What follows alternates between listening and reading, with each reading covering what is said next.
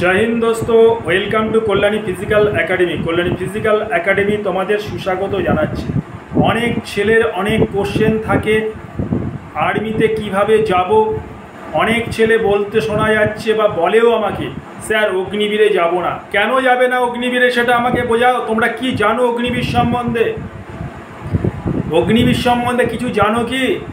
সবাই অনেক স্টলে কে বলছে ব্যাংকে থেকে লোন পাবে কিনা। আগে লোন ছাড়ো, চাকরি পাবে কিনা সেটা ভাবো। আগে লোন অনেক দূরের কথা, আগে চাকরি পাবে কিনা সেটা ভাবো।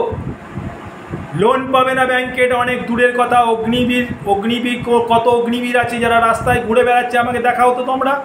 অগ্নিবীর খুব খারাপ জিনিস। অগ্নিবীর হচ্ছে একটা গভর্নমেন্টের পলিসি। বিভিন্ন সময় বিভিন্ন রকম পলিসি গভর্নমেন্ট নিয়ে আসতে পারে। আজ অগ্নিবীর আছে, কালকে নাও থাকতে পারে, স্কিমকে গভর্নমেন্ট চেঞ্জ করে দিতে পারে। সুতরাং অগ্নিবীর সম্বন্ধে তোমাদের প্রথমে বুঝতে হবে অগ্নিবীরের লগইন পিরিয়ড 4 বছর, যেটা কিছুদিন হলো দেশের স্বার্থে গভর্নমেন্ট নিজের পলিসিকে আগে চেঞ্জ করেছে। অগ্নিপথ বলে একটা স্কিম নিয়ে এসে স্কিমের আন্ডারে ইয়াং জেনারেশনকে ভর্তি করছে এবং তাদের মায়না কিন্তু কনসুলেটেড মায়না। অর্থাৎ তুমি ভাবছো যে আর্মিদের মতন সুযোগ সুবিধা পাবো, কখনোই পাবে না। কারণ এই পিরিয়ডটাই যে 4 বছরের পিরিয়ড, এই 4 বছরের পরে একটা স্কিমের মাধ্যমে তোমাদেরকে এগোতে হবে। প্রথম মাস দেখা গেল প্রথম বছরে 30,000 টাকা, তার পরের বছরে গেল 35, তারপরের বছরে 40। আমি তোমাকে একটা এক্সাম্পল দিয়ে বোঝাতে পারছি। আদার্স কোনো ফেসিলিটি, মনে করো আর্মিদের মনে করো 2 দফা ডিএ বাড়ছে বা একটা ইনক্রিমেন্ট বাড়ছে। অগ্নিপথদের কিন্তু কনসুলেটেড পে, ফিক্সড পে, এবং সেখান থেকেও কিন্তু 10% করে তোমার ভবিষ্যতের জন্য কেটে নেওয়া হচ্ছে। তাই বলে কি ফোর্সটা খারাপ? তাহলে তোমরা যাবে কি করে আর্মিতে আমাকে বুঝিয়ে বলো। তোমরা অগ্নিবীর খাটতে চাই না, কিন্তু ইন্ডিয়ান এয়ারফোর্সে যেতে চাও। তোমরা আর্মিতে যেতে চাও অথচ অগ্নিবীরে আসতে চাও না, তাহলে তোমরা যাবে কি করে বলো? অগ্নিবীরটা কোনো খারাপ জিনিস নয়। তোমরা দেখো যে 4 বছরের পরে আমার চাকরিটা থাকবে কি থাকবে না, সেই তোমরা চিন্তা ভাবনা করো যে আমরা হয়তো 4 বছর থাকবো না। তুমি দেখছো তোমার পাড়ায় আশেপাশে কোথাও অগ্নিবীর ঘুরে বেড়াচ্ছে, তোমাদের থেকেও গভর্নমেন্ট অনেক ফাস্ট। একটা কথাই মনে রাখবে, তোমরা যারা অগ্নিবীর খেটে আসবে তারা ট্রেন সোলজার। ট্রেন সোলজার হওয়ার পরে তার কাছে পূর্ণ জ্ঞান থাকে হাতিয়ার চালানোর। সুতরাং গভর্নমেন্টের একটা কিন্তু চিন্তা থাকে যে একটা ছেলে ট্রেন সোলজার হয়ে সমাজের বুকে যদি এবড়ো খেবড়ো কেউ এলো পাথারি ঘুরে বেড়ায়, তাদের চিন্তাধারার পরিবর্তন আসতে পারে। সুতরাং কিন্তু গভর্নমেন্ট কিন্তু কোনো ছেলেকেই কিন্তু ছেড়ে দেবে না। সুতরাং এই কথা তোমরা মাথায় ঢুকিয়ে নাও। অগ্নিবীর খেটে আসার পরেও সমস্ত রাজ্য বা প্রথমেই বলি স্টেট গভর্নমেন্টগুলো অলরেডি কিন্তু চাকরির কোঠা দিচ্ছে তাদের রাজ্য পুলিশের জন্য। এটা কিন্তু তোমাদের বুঝতে হবে। তাছাড়া কোথায় দিচ্ছে? রেলওয়ে প্রোটেকশন ফোর্স তোমাদের একটা কোটা দিচ্ছে। সেন্ট্রাল গভর্নমেন্টে যত রাষ্ট্রত্ব আছে জায়গাগুলো আছে সেখানে কিন্তু একটা পার্সেন্টেজ দিচ্ছে।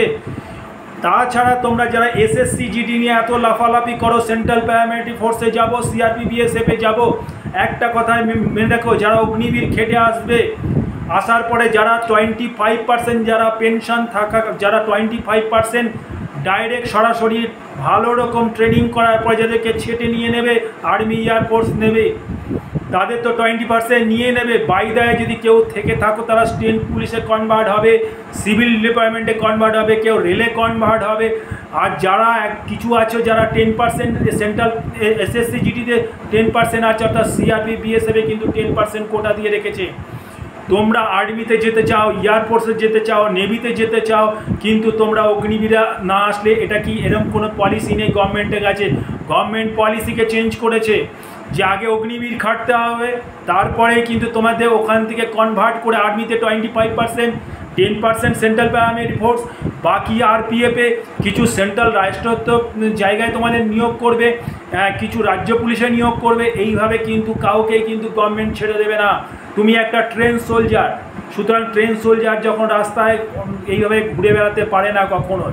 আর তাছাড়া তুমি একটা লামসাম বহুত বড় অ্যামাউন্ট নিয়ে কিন্তু 4 বছর বেরোচ্ছ। যারা 4 বছর পরে বাড়ি আছে, যাদের ডিফেন্সে যে 4 বছর ট্রেনিং না নিয়ে কেউ করতে যদি না নিজেকে দাঁড় না করাতে পারো, জীবনে কোনোদিন দাঁড়াতে পারবে না। ট্রেন সোলজাররা কিন্তু সব কিছু পারে। সুতরাং ঘাবড়ানোর কিছু ব্যাপার নেই। অগ্নিবীর নিয়ে যে তোমাদের চিন্তাভাবনা রয়েছে সেই চিন্তাভাবনাটাকে ঝেড়ে ফেলো। ব্যাংকের লোন পাবে কি পাবে না সেসব অনেক দূরের কথা। অগ্নিবীর আগে চাকরিটা পেয়ে দেখাও যে আমি অগ্নিবীরে ঢুকেছি, লোন ফোন তো পরের চক্কর থাকবে। আশা করি ব্যাপারটা বুঝতে পেরেছো।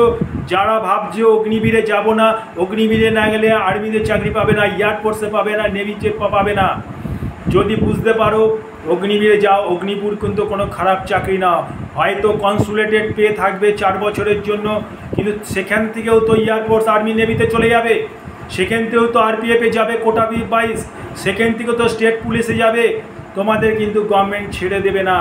সুতরাং যারা যেতে চাইছো অগ্নিবীরে, চোখ বন্ধ করে যাও, বিশ্বাস করে যাও, ভরসা করে যাও। আশা করি ব্যাপারটা বুঝতে পেরেছো।